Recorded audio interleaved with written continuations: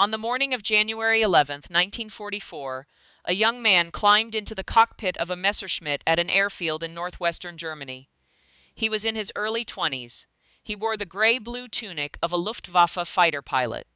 He knew exactly what the day would bring, because he had lived through this same day, over and over, for the past year. His individual identity is unknown today, but his experience reflected that of hundreds of Luftwaffe fighter pilots on that morning.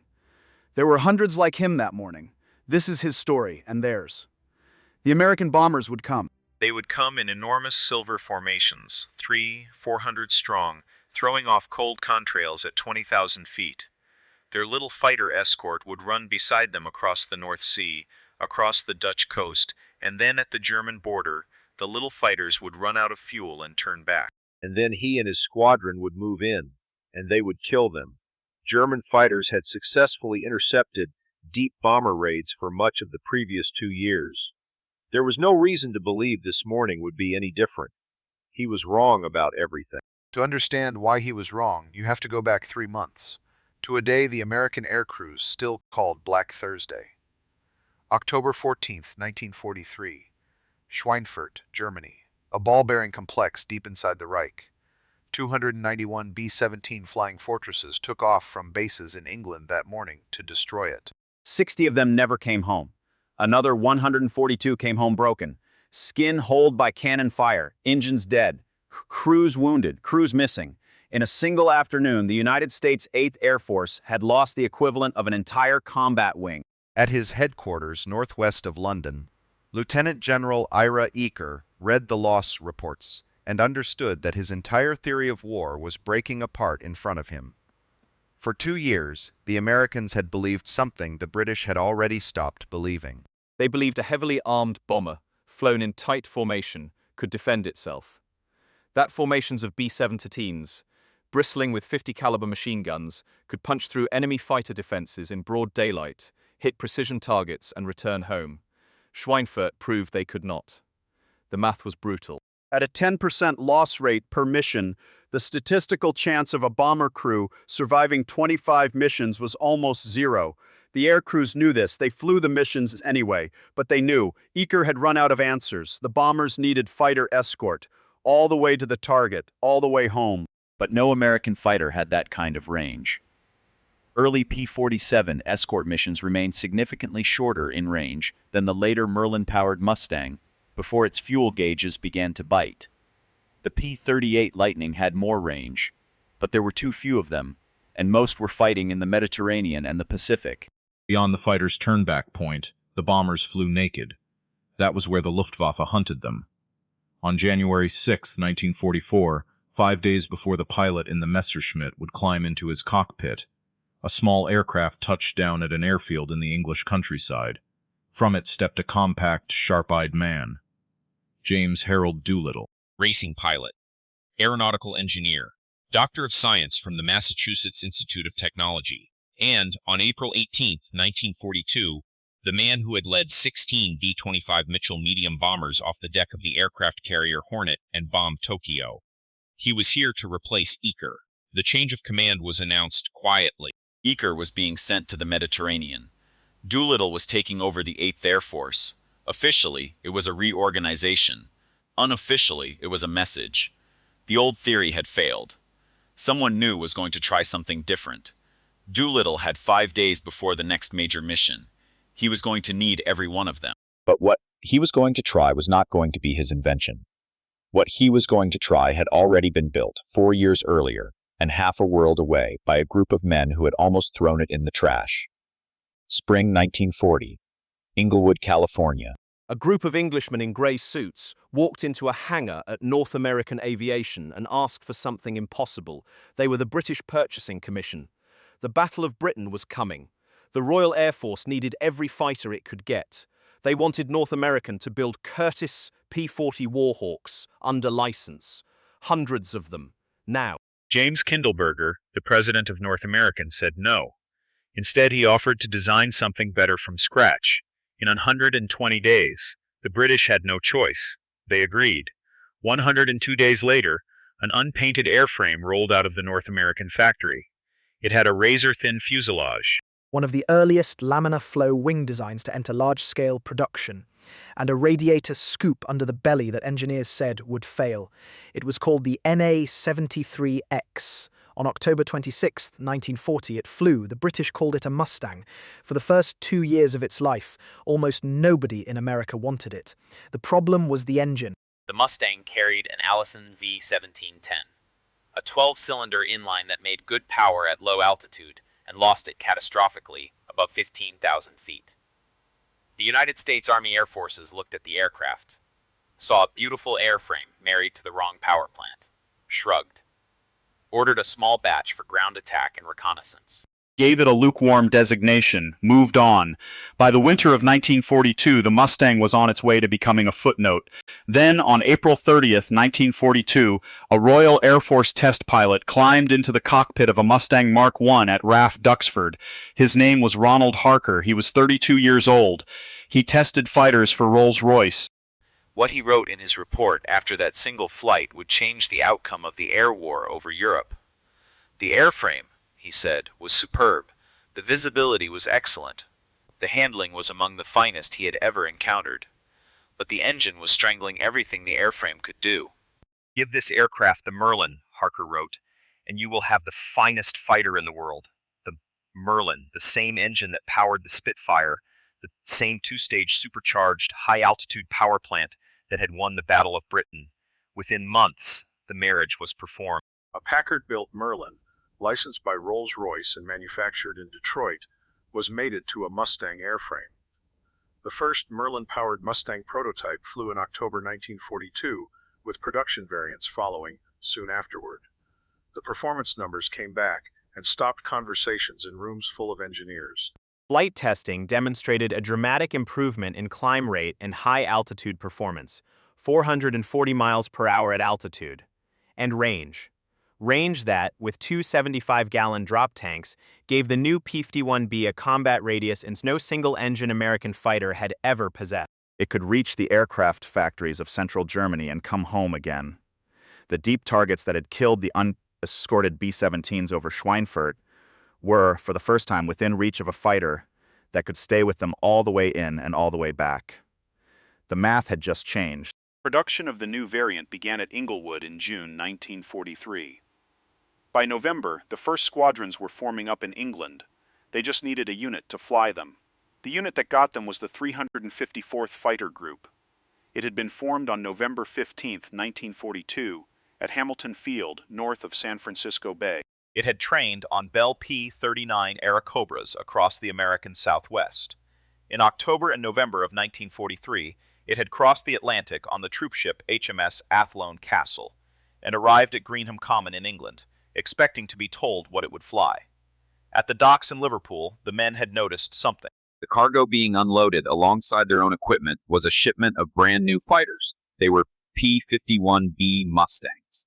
The 354th moved to a base called Boxted in the flat farmland of Essex on November 13, 1943. Its commander was a lieutenant colonel named Kenneth Ray Martin, 33 years old, career fighter pilot. A man who taught his squadrons a single principle above all others. In a head-on attack against an enemy fighter, you do not break away. Ever. His squadrons learned it. Some of them would use it in ways he did not intend. But there was something the 354th did not know. Something that, in the confusion of a rapidly expanding air war, almost nobody was talking about. They did not belong to the 8th Air Force. The 8th Air Force was strategic. It flew the heavy bombers, the four-engined Leviathans that struck deep into Germany. The 8th needed long-range escort fighters more than any other unit in the American military. The 354th Fighter Group belonged to the 9th Air Force. The 9th was tactical. Its mission was ground support, close air support for the invasion of Europe that everyone knew was coming. It flew fighter bombers and medium bombers. It was not, by any doctrine of the American Air Arm, supposed to be escorting B-17s to central Germany. But the 9th had the Mustangs, and the 8th did not. So an agreement was quietly reached. The 354th would remain under 9th Air Force on paper. But in the air, for the missions that mattered, it would answer to 8th Fighter Command. The 354th Fighter Group became the first USAAF unit to employ Merlin-powered P-51Bs as long-range bomber escorts over Europe was, in a sense, the wrong unit, from the wrong Air Force. On loan for a mission it had never been designed for. At Boxted, 40 miles east of London, a 30-year-old squadron commander was preparing for that mission. Major James Howell Howard. He had been born on April 8, 1913, in Canton, on the southern coast of China, where his American father taught eye surgery at a Christian medical college. He spoke Mandarin as a child. He had come to America for high school. He had joined the United States Navy. He had earned his wings at Pensacola. And in 1941, he had resigned his Navy commission to fly a Curtiss P-40 Warhawk for a secret unit called the American Volunteer Group, the Flying Tigers. He had shot down 6 Japanese aircraft in the sky above the country of his birth. Now he was 30 years old, the commanding officer of the 356th Fighter Squadron of the 354th Fighter Group. In 5 days he would fly a mission he did not yet know the details of. It would take him to a factory town he had never heard of, in a country he had never seen from the air. The target was called Oschersleben. The intelligence officers would explain it in the briefing rooms on the morning of the mission. The Agio Flugzeugwerk at Oschersleben was one of the principal remaining subcontractors producing Focke-Wulf 1N Krugerite Reich. It had become critical after the Focke-Wulf plant at Marienburg had been destroyed by American bombers on October 9, 1943. The Junkers factory at Halberstadt was making wing assemblies for Ju-88 bombers. The Wagram works near Braunschweig were building Messerschmitt Bf 110 heavy fighters. The twin-engine killers that carried rockets under their wings and fired them into the American bomber formations from beyond the range of the 50-caliber guns. The Americans were being sent to bomb the factories that built the fighters that would rise to kill them. Every Focke-Wulf that came up to defend Oschersleben was a Focke-Wulf that had rolled off the assembly line the men above were now trying to destroy. Every Bf-110 that carried rockets toward the bomber stream had been built at Wagram. Every Ju-88 they might face on some future mission was that day half assembled in the Junkers works at Halberstadt. The war had reached a point where one side was bombing the tools the other side needed to fight the bombing. The men in the briefing rooms understood the equation immediately. And there was something else they did not fully understand yet. The aircraft that was about to make the whole mission possible, the fighter that would keep them alive over central Germany for the first time in the war, was, in the arithmetic of the American Air Arm, not officially theirs. The most important fighter in the 8th Air Force belonged to the 9th Air Force. Which meant that the moment history was about to turn on, the moment when American fighters would finally reach the heart of the Reich and stay there, was going to be delivered by an aircraft the 8th had borrowed, from a unit that had never been designed for the job. It was Monday, January 10th, 1944. In 24 hours, the alarm clocks in the Nissen huts across East Anglia were going to start ringing in the dark, and the young pilot in the gray-blue tunic, at his airfield in northwestern Germany, was going to strap himself into a Messerschmitt for what he believed would be an ordinary day. He was wrong. The alarm clocks went off in the dark. Across the flat farmland of East Anglia, in Nissen huts scattered around more than 40 airfields, young men opened their eyes to the same corrugated iron ceiling they had opened them to the day before. A single bare bulb. The smell of damp wool and coal smoke and shaving cream. It was 4 o'clock in the morning on Tuesday, January 11th, 1944. At Dienethorpe, in Northamptonshire, the pilots and navigators and bombardiers of the 401st Bombardment Group filed into the officers' mess with tin cups of coffee and sat down on wooden benches. A curtain hung across a map at the front of the room. Everyone knew what that curtain meant. When it came down, some of the men in that room would find out they were going to die that day. The curtain came down. The red yarn on the map ran east from England, across the North Sea, across the Dutch coast, deep into central Germany, deeper than most of them had ever flown. The yarn ended at 3 towns nobody in the room had ever heard of. Oschersleben, Halberstadt, Braunschweig, 100 miles southwest of Berlin. At the front of the room, the intelligence officer explained what the mission was, and what waited for them at the other end of it. Aircraft factories, fighter production. the German war machine's ability to make the aircraft that would rise up to kill them. The men listened. Then the intelligence officer told them who was going with them. Escort would be provided in 3 stages. P-47 Thunderbolts would cover them across the North Sea and as far into Germany as their fuel could carry them. That was the deepest any American fighter had ever gone. Beyond that point, for the first time in the history of the war, they would still have friends in the sky. 49 P-51B Mustangs of the 354th Fighter Group would meet them over the target, 49. There were more than 600 bombers in the mission. There were, based on radar reports, at least 400 German fighters waiting for them, approximately 49 P-51Bs, but it was more than they had ever had before. 40 miles to the east, at Boxted, the pilots of the 354th Fighter Group were getting the same briefing at the same hour. Their target was not a factory. Their target was to keep the bombers alive. Major James Howard sat in the second row and listened. Beside him and around him sat pilots he had trained and flown with for a year. Young men, most of them, 22, 23, 25. At the front of the room stood Lieutenant Colonel Kenneth Martin, Group Commander, 33 years old. A man who had built this squadron from empty hangars in the American Southwest and led it across the Atlantic and into combat. He finished the briefing with a single sentence. Any questions? There were none. Takeoff began at 7:30 in the morning. If you have ever stood on a runway in the English winter, you know the feeling. The mist rolls low across the grass. The taxiways glisten with frost. The engines of a 4-engined bomber, spinning up in the cold, sound something ancient and enormous being wakened against its will. Now imagine 663 of them. They rose from more than 40 airfields across East Anglia, B-17 flying fortresses. B-24 Liberators, silver and olive drab, forming up in the pale winter sky, wingtip to wingtip, climbing to 20,000 feet in slow, patient spirals. By 9 o'clock in the morning, the formation was crossing the Dutch coast. That was when the weather began to fail. The forecast had promised broken cloud over Germany. The reality was solid overcast, climbing higher than the bombers could fly, streaming in from the northwest in unbroken layers. The lead navigators radioed back to command. The escort fighters were losing sight of their charges. The bomb groups were losing sight of each other. A 400-plane formation in a thunderstorm is not a bomber stream. It is a slaughter waiting to happen.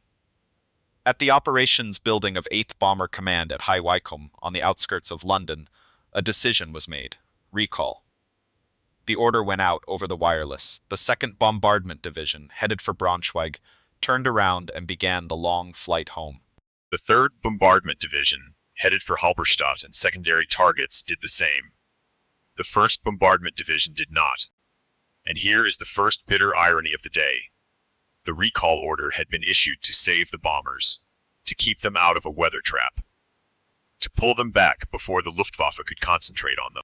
But by splitting the mission into 2 halves, the recall did the opposite of what it was supposed to do. The Luftwaffe controllers on the ground, watching their radar screens in northern Germany, saw the American formation change. They saw the larger part of it turn west and go home. And they saw the smaller part, the 1st Bombardment Division, keep coming. 238 bombers, instead of 600, which meant the Luftwaffe, which had been preparing to defend against a maximum effort raid, could now concentrate its maximum effort against 1/3 of one. The mechanism designed to protect the Americans had just made them the target. At the head of the 1st Bombardment Division flew a B-17 carrying a 39-year-old brigadier general named Robert Falligant Travis. Travis was tall, hard-jawed, a Georgian, a West Point graduate, one of the youngest general officers in the American Air Arm. He had commanded combat units in North Africa. He was known as a man who led from the front. Today, he was leading from the front of the deepest penetration mission the 8th Air Force had ever attempted. The recall order reached his radio operator. Travis read it. He looked out through the cockpit windows at the 238 bombers strung out behind him in the winter sky. He calculated the distance to the target. He calculated the distance back to England. He weighed the risk of turning a massive formations around inside German airspace, breaking up the defensive box, exposing every bomber to the Luftwaffe individually. Then he made his decision. He would press on. Historians have argued about that decision for 80 years. Some have called it courageous. Others have called it reckless. Some have called it both. Here is what is certain. When Robert Travis chose to continue toward Oschersleben on the morning of January 11, 1944, 238 American heavy bombers stayed with him, and many of them would not return. His decision was, at the same moment, a catastrophe and a turning point. A catastrophe because 60 crews, roughly 600 young men, were about to die or be captured because of it. A turning point because 49 P-51B Mustangs were about to reach central Germany for the first time in the war. And whether Travis knew it or not, that was going to change everything that came after.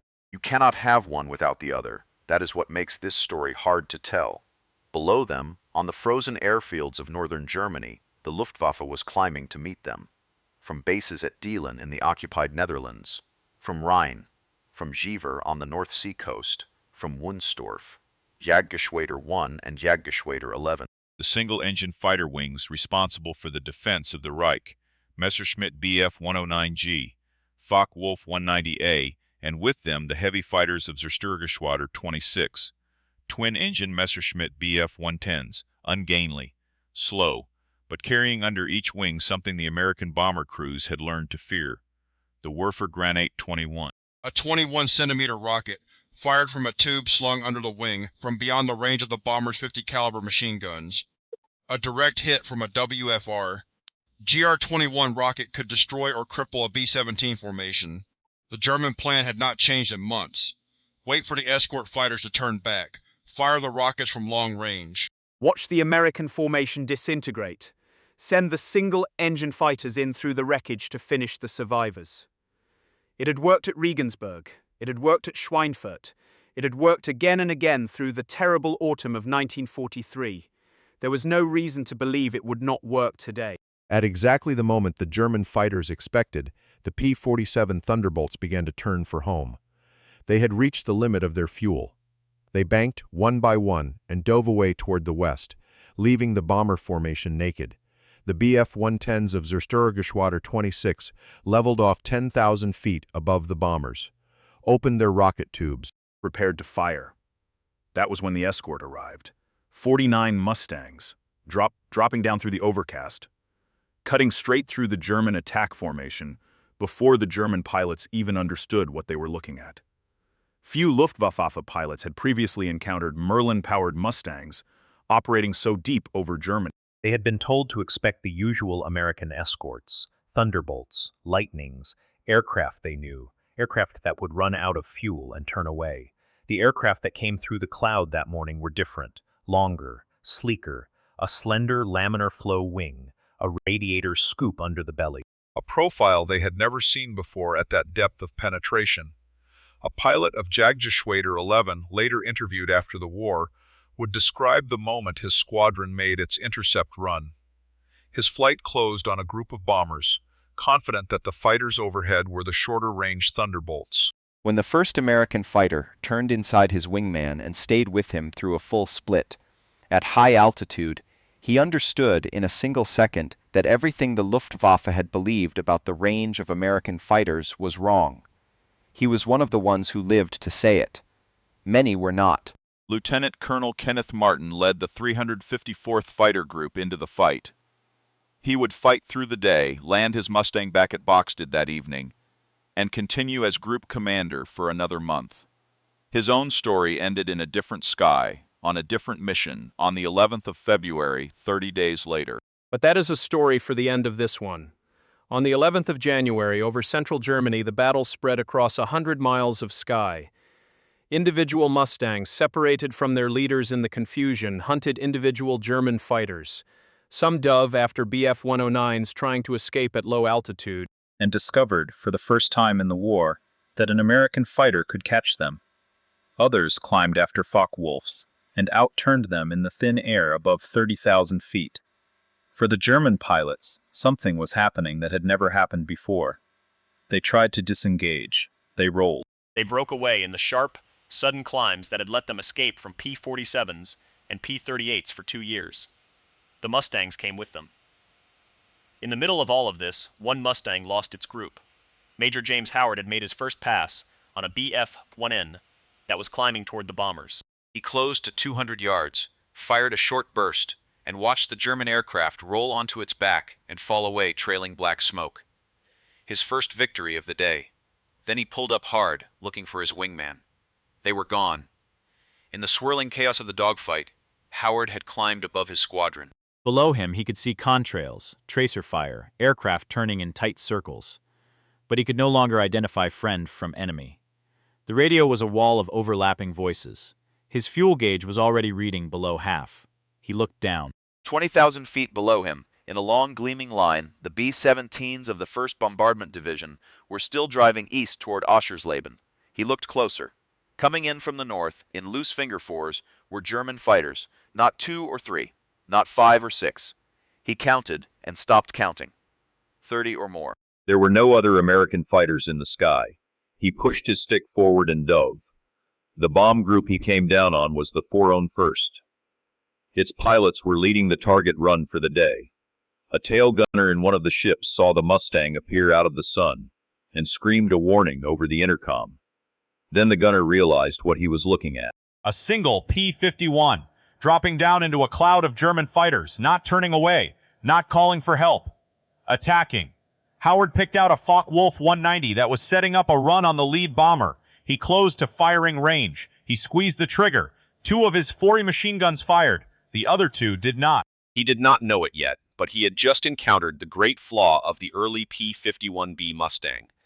The 450 caliber guns were mounted at an angle inside the thin laminar flow wing, canted to fit the airfoil. Under the stress of a high-G maneuver, the ammunition belts twisted in their feed chutes. The guns jammed. The wonder weapon was not perfect. Nothing is. 2 of Howard's 4 guns were already out of the fight. He kept firing anyway. The Focke-Wulf broke off. Howard turned inside another one and fired again. This time 3 guns worked. He hit the German fighter in the engine. Smoke poured out. The pilot bailed. 2 victories. Howard pulled up and looked around. The bombers were still under attack. New German fighters were coming in from every direction. He made another pass, and another one after that. And somewhere in the next few minutes, over a factory town called Oschersleben, 3 of Howard's 4 guns failed completely. He was left with 1. For the next 30 minutes, Major James Howard did the only thing he could think of. He kept flying at them. He would climb. He would pick a target. He would dive on it. He would fire whatever weapon still worked, and he would pull off. When he had 1 gun, he made the pass with 1 gun. When he had no gun, he still made the pass. The German pilots saw an American fighter coming at them, and they broke away. They did not know his guns were empty. They only knew that if they did not evade, they might die. For 30 minutes on the morning of January 11th, 1944, 1 American fighter pilot kept a swarm of Luftwaffe fighters off a formation of American bombers by making attack after attack after attack. Some of the passes had bullets in them, some did not. None of the German pilots knew which. Inside the B-17s of the 401st Bombardment Group, gunners and bombardiers and navigators watched through their scarred plexiglass. They saw the single Mustang alone against everything, turning tightly through the German formation. They saw it climb, dive, fire, and climb again. They did not know his name. They could not reach him on the radio.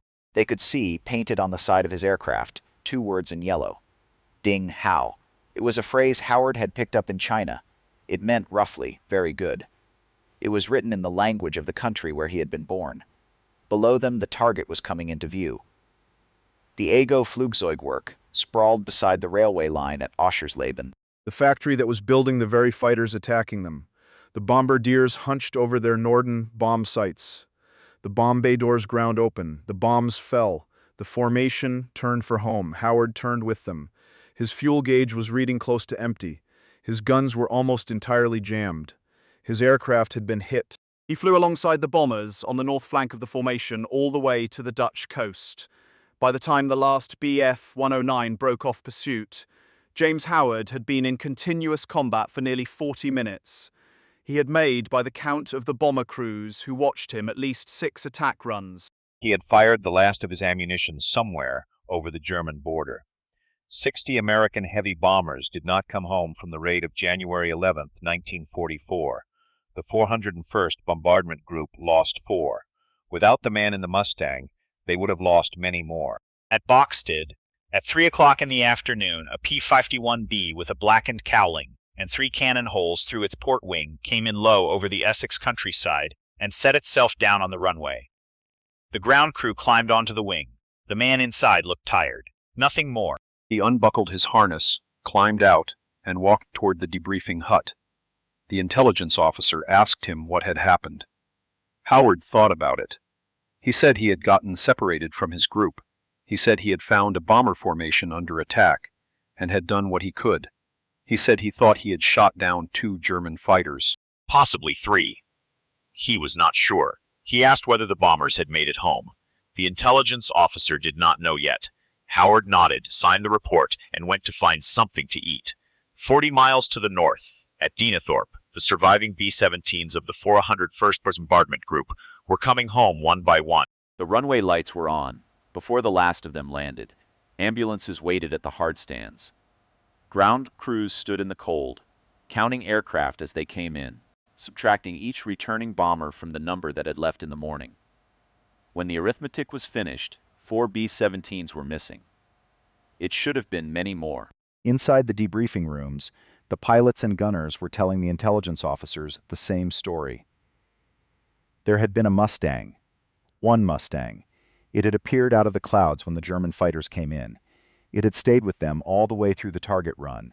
It had fought off attack after attack, alone for more than half an hour. Nobody knew whose it was. Nobody had seen the pilot's face. But every man in that room remembered 2 things: a yellow marking on the side of the aircraft, and 2 Chinese words painted below the cockpit. Somewhere in the American gunners' reports that evening, another number was written down. The gunners of the 1st Bombardment Division claimed 174 German fighters shot down at Oschersleben. The mighty 8th War Diary would record it. It was almost certainly more than the total number of German fighters that had come up to intercept them. Men in a burning bomber, looking out through a plexiglass turret at an enemy fighter smoking somewhere in the middle distance, will tell you what they saw. And what they saw was not always what happened. Fear does things to arithmetic, but that was the number that went into the report. At Deenathorpe, the group commander picked up the telephone. His name was Colonel Harold Bowman, 40 years old, career officer. He had lost 4 crews that afternoon, 40 men. Now his pilots were telling him that most of the men who had come home had been kept alive by a single fighter pilot whose name nobody knew. Bowman began calling every fighter group within escort range of Oschersleben. He asked the same question at each base.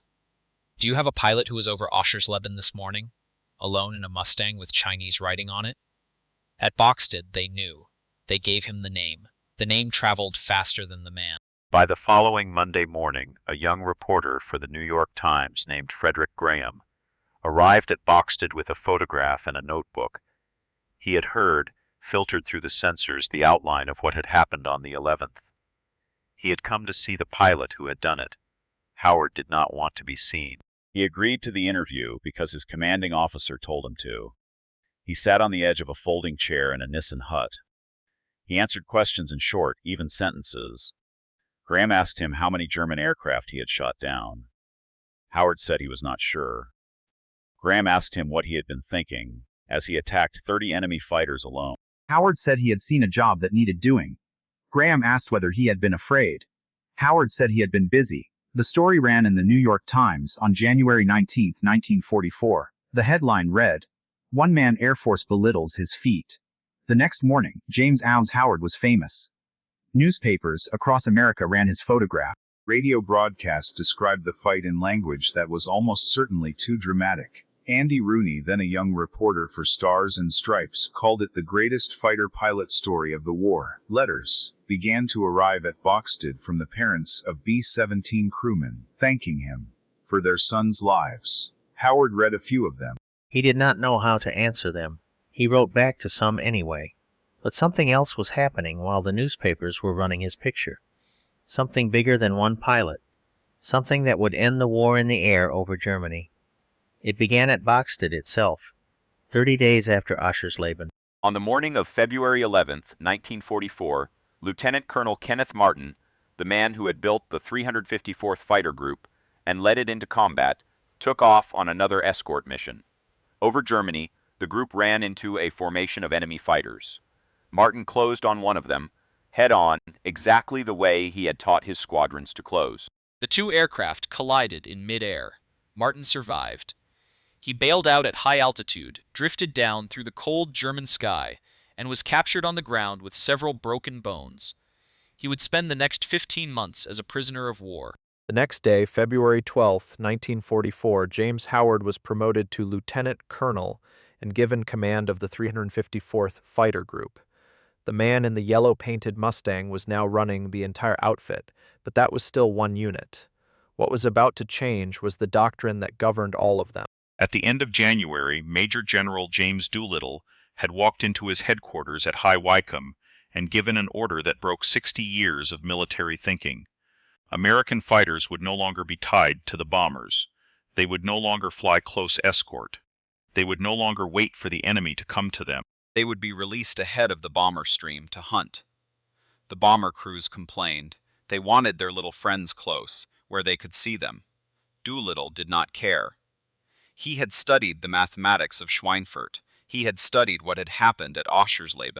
He understood that as long as the American fighters were flying defense, the Luftwaffe would choose when and where to fight. And as long as the Luftwaffe could choose, the Luftwaffe could survive. He was going to take that choice away. Between February 20th and February 25th, 1944, the 8th Air Force flew what history remembers as Big Week. 6 days of sustained assault on the German aircraft industry. Every heavy bomber in England, every fighter that could fly, weather that was, for once, on the American side.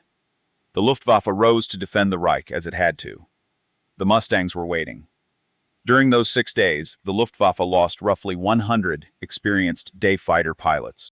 Veteran squadron leaders, flight commanders, the men who had taught the newer pilots how to fly interceptions against American bombers. 100 men, in 6 days. Those were pilots the German training system could not replace. On March 4, 1944, the first American fighters reached the sky over Berlin. On March 6th, the first major American raid on the capital of the Third Reich went in. 69 bombers did not come home. 80 German fighters were shot down. The Luftwaffe kept fighting. It kept dying. By the summer of 1944, 14 of the 15 fighter groups of the 8th Air Force were flying Mustangs. The one exception was the 56th Fighter Group, which held on to its P-47 Thunderbolts out of pride, and by the end of the war had the highest kill total of any American fighter group in Europe. But they were the exception. The rule, after January 11, 1944, was the Mustang. And the rule was killing the Luftwaffe. Here is the paradox that ended the German air arm. The German aircraft industry was not destroyed by the bombing. Dispersed into forests, into rail tunnels, into small workshops hidden across the Reich, it actually reached its highest monthly production figures in September 1944. In that single month, German factories built more than 3,300 fighters. They had never built more. But there were no pilots to fly them.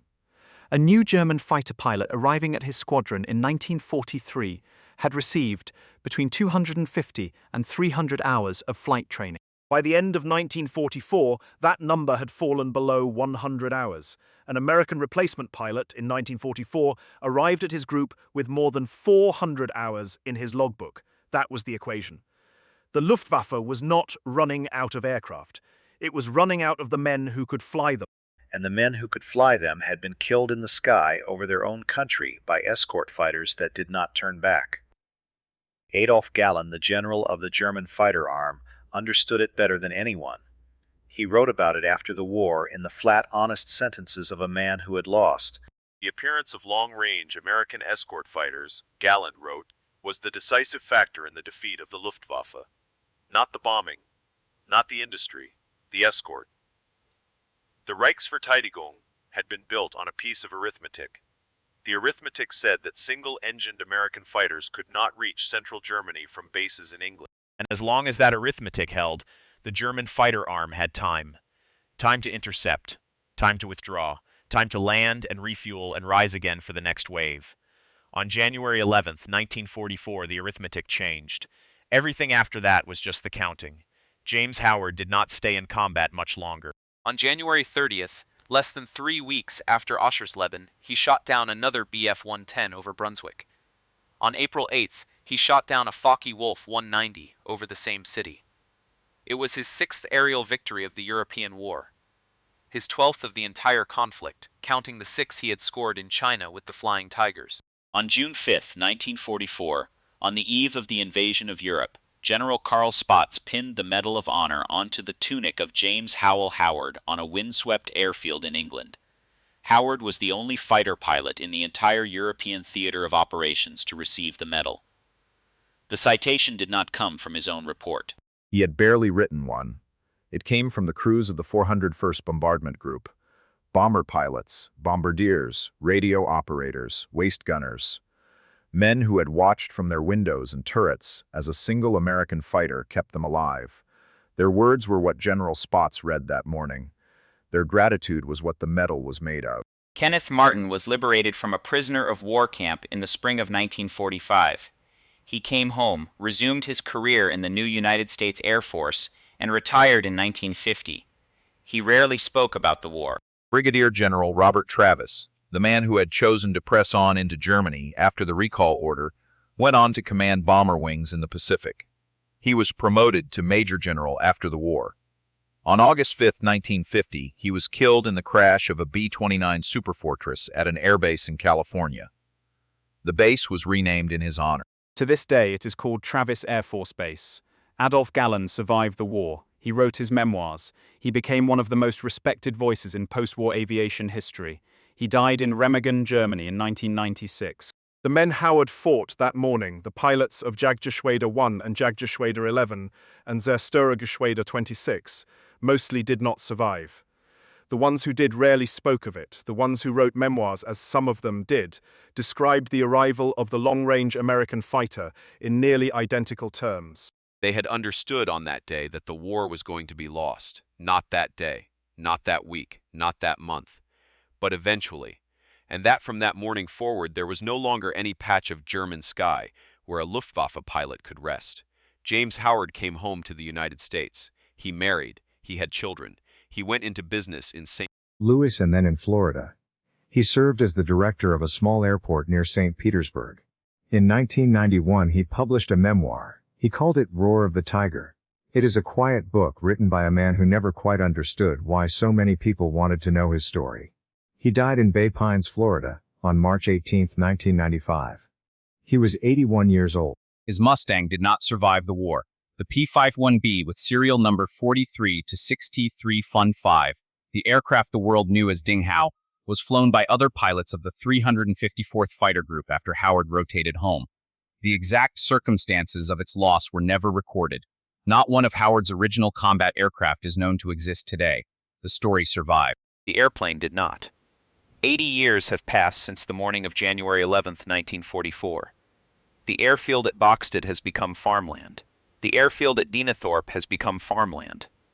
The town of Oschersleben, once the center of Focke-Wulf subcontract production for the Third Reich, is now a quiet market town in the German state of Saxony-Anhalt.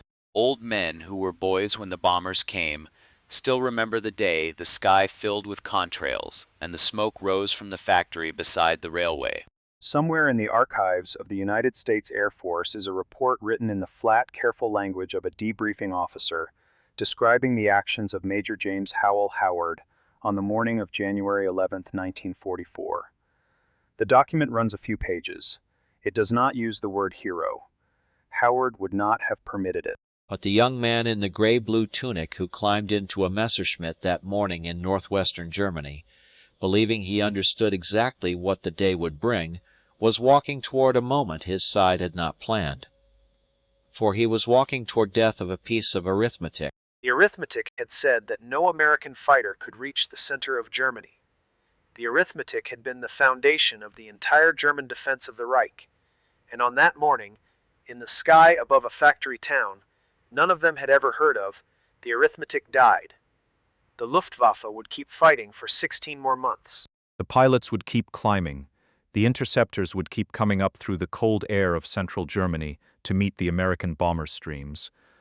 But the young pilot in the gray-blue tunic, and the hundreds like him he stood in for, had understood something by nightfall on January 11, 1944. They had understood that from that day forward, wherever the bombers went, the fighters would go with them, all the way in, all the way home, and that in the equation of the air war, which had been in the Luftwaffe's favor since the summer of 1943, the sign had just flipped. The hunters had become the hunted.